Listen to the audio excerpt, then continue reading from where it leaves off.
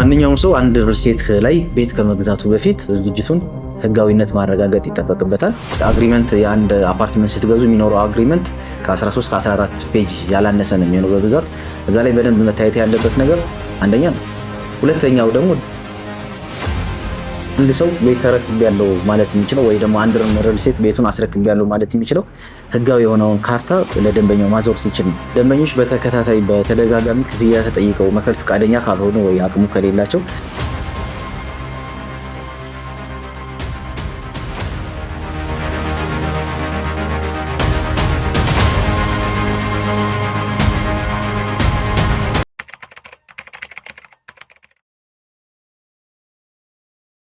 ቤት መግዛት የሚችለው ማንኛውም ብር ያለው ሰው ነው። ማንኛውም ትውልደ ኢትዮጵያዊ የሆነ የኢትዮጵያ ዜግነት ያለው መታወቂያ ያለው ሰው ቤት መግዛት ይችላል። ከዛ ውጭ ግን ትውልደ ኢትዮጵያውያን ሆኖ በተለያየ ዓለም ሀገራት የሚኖሩ ዲያስፖራ ወንድሞቻችን የሎ ካርድ ካላቸው ቤት መግዛት ይችላሉ። ከዛ ውጭ ግን አሁን አዲስ በወጣው መመሪያ መሰረት ማንኛውም የውጭ ዜጋ $150,000 ጀምሮ አፓርትመንት መግዛት ይችላል። በመመሪያው መሰረት መግዛት የሚችለው አንድ አፓርትመንት ነው። $150,000 ያላነሰ አፓርትመንት መግዛት ይችላል።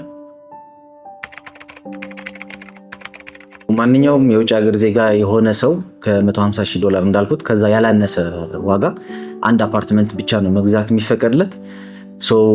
የራሱ የሆነ ፕሮሰሶች አሉት። ከሚመለከተው የመንግስት አካል ፍቃድ ሊያገኝ ይገባል። ሁለተኛ ይሄ ያገኘው ገንዘብ ህጋዊ የሆነ ወደ ሀገር ውስጥ የገባበት ህጋዊ የሆነ ደረሰኝ ያስፈልገዋል። ከዛም ውጪ እዚህ ቢዝነስ ያለው ሰው ከሆነም ህጋዊ የሆነ የባንክ ትራንዛክሽኑ ታይቶ የሚፈቀድለት ይሆናል ማለት ነው።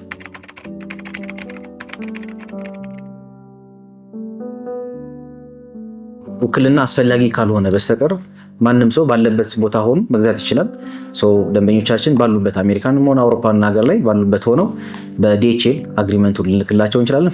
ፈርመው በዲኤችኤል ይመልሱልናል ማለት ነው። ማህተም ያለበት የተፈረመ እንዲሁም ደግሞ ለከፈሉት ክፍያ ተመጣጣኝ የሆነ ደረሰኝ ቆርጠን ባሉበት ምንልክላቸው ይሆናል ማለት ነው። ነገር ግን ይህንን ፕሮሰስ የማይፈልጉ ከሆነ እዛም ሆነ አንደኛ ኦንላይን ውክልና መስጠት ይችላሉ። ሁለተኛ ደግሞ እዚህ ውክልና የሰጡት ማንኛውም ዘመድ ቤተሰብ ካለ በእነሱ በኩል ገንዘቡን መከፈል አግሪመንቱን መፈረም ይችላል ማለት ነው።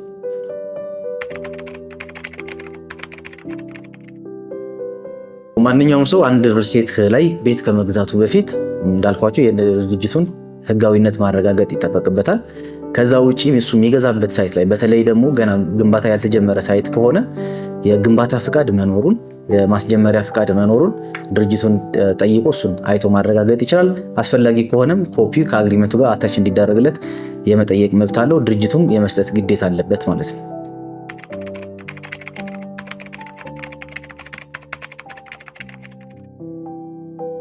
አንድ ደንበኛ ቤት ለመግዛት ከወሰነበት ጊዜ ጀምሮ አግሪመንቱን ቼክ ማድረግ አለበት። አግሪመንት ከመፈረሙ በፊት ቼክ ማድረግ የሚገባቸው ነገር የመጀመሪያ ከድርጅቱ ጋር የተስማማበት ዋጋ በአግሪመንት ላይ መጠቀሱን ቼክ መደረግ አለበት። ከዛ ቀጥሎ ፕራይስ ኤስካሌሽን መኖሩና አለመኖሩ፣ ያ ማለት ብረት፣ ሲሚንቶ፣ እነዚህ የግንባታ እቃዎች በጨመሩ ጊዜ የሚጨመርበት የዋጋ ጭማሪ መኖሩን አለመኖሩን፣ የሚከፍለው ክፍያ በብር ነው በዶላር ነው የሚለውን እሱን ቼክ ማድረግ አለበት። ፕራይስ ኤስካሌሽን ካለውም ጠይቆ መረዳት መቻል ይኖርበታል ማለት ነው። ለምሳሌ እኛ ጋር ዴሞ ሪልስቴት ላይ አንድ ሰው አፓርትመንት ሲገዛ ፊክስድ በሆነ ዋጋ ነው። ለምሳሌ 15 ሚሊዮን ብር ከሆነ የሚገዛበት ዋጋ ቤቱን እስከሚረከበት ቀን ጊዜ ድረስ ብረት፣ ሲሚንቶ፣ ነዳጅ ጨመረ ተብሎ እንዲሁም ዶላር ጨመረ ተብሎ የሚጨመርበት ነገር አይኖርም። አግሪመንቱ ላይ የተጠቀሰው ዋጋ የመጨረሻ ዋጋ ይሆናል ማለት ነው።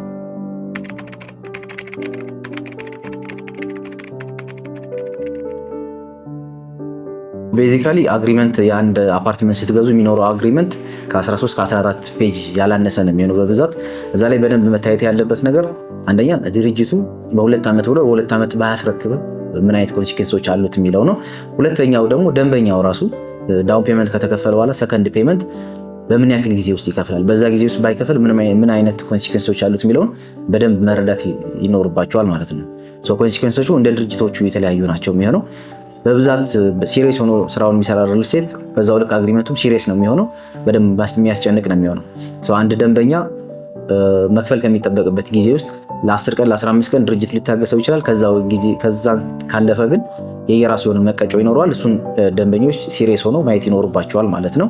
ከዛ ውጭ ደግሞ ድርጅቱ ባያስረክብ 2 ዓመት ብሎ በ3 ዓመት በ4 ዓመት እንዲሁም እስከ 5 ዓመት ቢዘገይ ምን አይነት ቅጣት ይኖረዋል የሚለውን በደንብ አግሪመንቱ ላይ ማንበብ ይኖርባቸዋል ማለት ነው። እንደየድርጅቶቹ የተለያየ ነው። እሱን በደንብ ማንበብና መረዳት ይፈልጋል።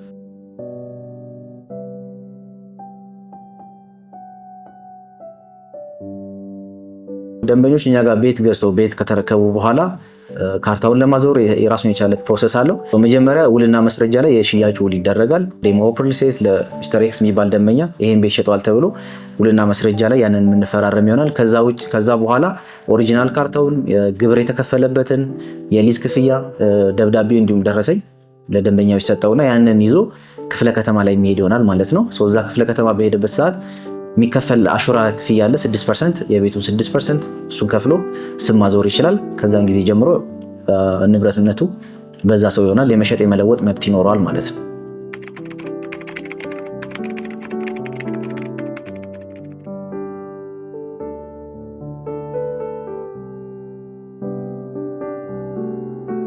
አንድ ሰው ቤት ተረክቤያለሁ ማለት የሚችለው ወይ ደግሞ አንድ ሪል ስቴት ቤቱን አስረክቤያለሁ ማለት የሚችለው ህጋዊ የሆነውን ካርታ ለደንበኛው ማዞር ሲችል ነው።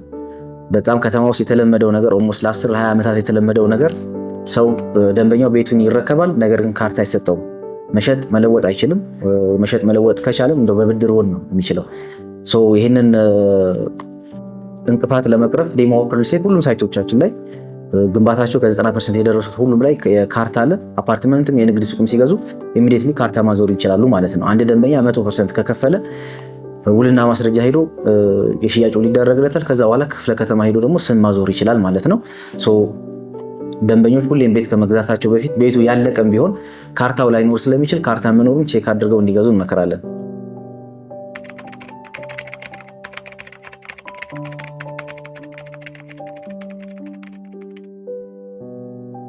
ድርጅቱ ቢያረፍድ የሚቀጣው ቅጣት ቅድም እንደተናገር ነው። ደንበኞችን በአግሪመንታቸው መሰረት በተለይ አከፋፈል ጋር ተያይዞ በደንብ ሊመለከቱት የሚገባ ነገር አለ። አንደኛው እሱ ምንድነው፣ ደንበኞች ቢያረፍዱ የሚቀጡት ቅጣት አለ። ለምሳሌ ህንፃው 4ኛ ፎቅ ላይ ደርሶ ክፍያው ባይከፍል ድርጅቱ ሊታገሰው የሚችለው ማክሲመም እስከ 15 ቀን ድረስ ነው። ከዛ በኋላ ግን በየቀኑ የሚታሰብ ወለድ ይኖረዋል ማለት ነው።